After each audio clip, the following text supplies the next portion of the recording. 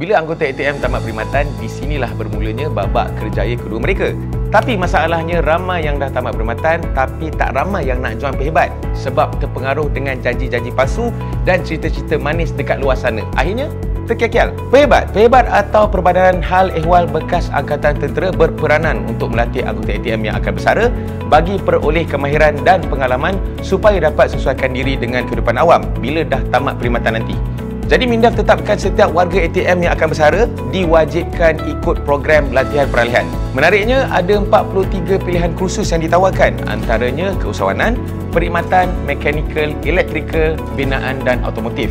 Nak tahu?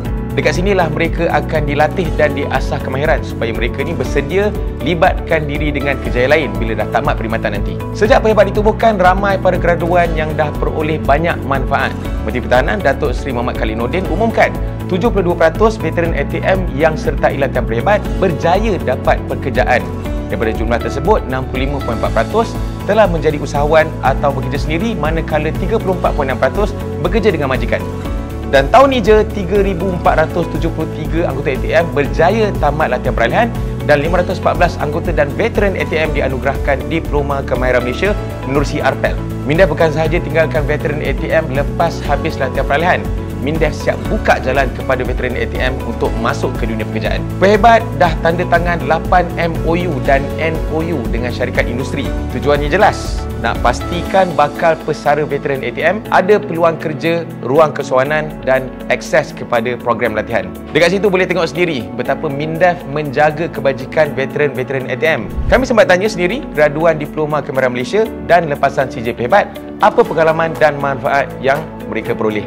Jom kita dengar sendiri. Pengalaman yang kami ambil ni agak best sebab kami study dalam by group dan belajar dalam anggota pasukan yang sama. So kami akan sama-sama belajar. Boleh bantu selepas saya pencin pergi dekat ofis keluarga dapat kerja lah lebih lanjut untuk tahu pasal pengurusan pentadbiran. Apabila kita di Perhebat ni, kita dididik secara komersial.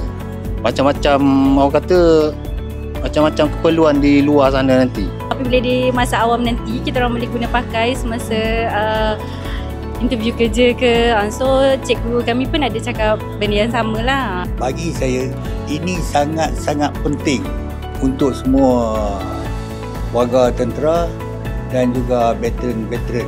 Sebab saya ni manusia yang macam ni, apa yang baru, saya nak tahu.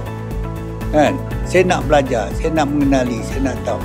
Sebab ini penting kepada kita untuk pengetahuan diri dan kalau penting kepada kawan-kawan semua. Fakta usia tak menjadi masalah kan, atas kemauan kita.